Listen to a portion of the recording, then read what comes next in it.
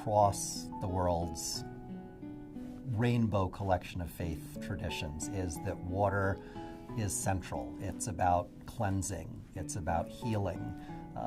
It's about an emblem of the power of the sacred. It's about life. And whether it's in Hinduism or Buddhism or Judaism, Christianity, Islam, there are rituals, teachings, stories about water that are absolutely central. And these are the themes that show up over and over again. The threats to the world's water are dangerous for all of us. But when it comes to things like lack of access to safe and clean drinking water or the pollution of those sources of drinking water, it's obviously the poor who are most vulnerable, and those communities that are discriminated against economically and culturally and politically that are the most vulnerable. We saw that in Flint, Michigan, here in the United States, 18, 20 months ago, with the horrible, unexcusable crisis that happened there. When it comes to rising sea levels, we know that, again, it's the most vulnerable communities, the frontline communities that are at greatest risk. And they also have the fewest resources to be able to protect themselves. And so that's why it's an issue of justice. And the third thing is that they've done the least to contribute to the problem. I mean, these problems are caused in various ways by different forms of overconsumption of resources or misuse of resources.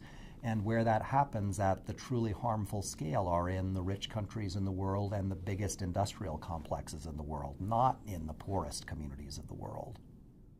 Ironically, climate change is an issue about the atmosphere and about energy, but the way that people feel climate change in many cases is through water-related impacts. We know that climate change is responsible for more droughts. That's a water-related impact. We know that climate change, ironically and paradoxically, is also responsible for more flooding because you've got more intense downpours. That's a water-related impact. I mean, talk about a hammer. Think about 30 inches of rain in a week. I mean, that's a horrific kind of hammer to get hammered with.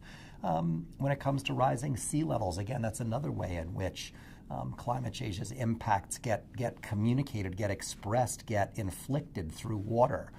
And so while it's an issue about energy in the atmosphere, it gets felt through water-related impacts.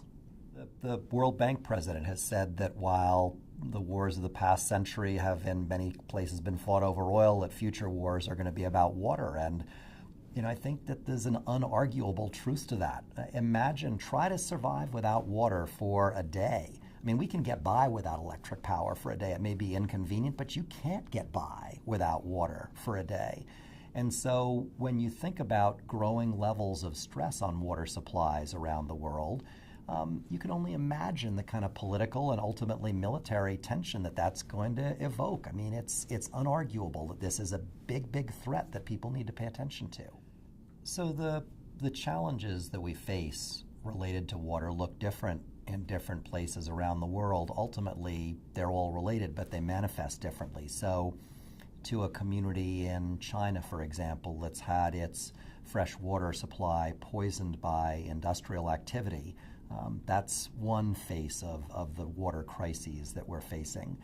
To low-lying communities, coastal communities in Bangladesh that regularly experience catastrophic levels of flooding due to sea level rise and storm activity. That's another face of the crises that plague us related to water.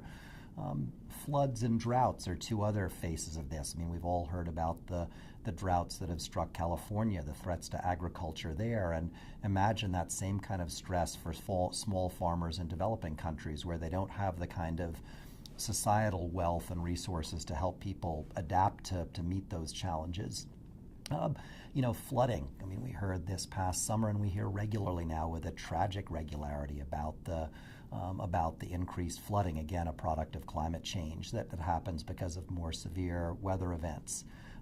All of these things are related. They're all about the way in which we need to heal and mend our relationship with God's creation, with the water of life.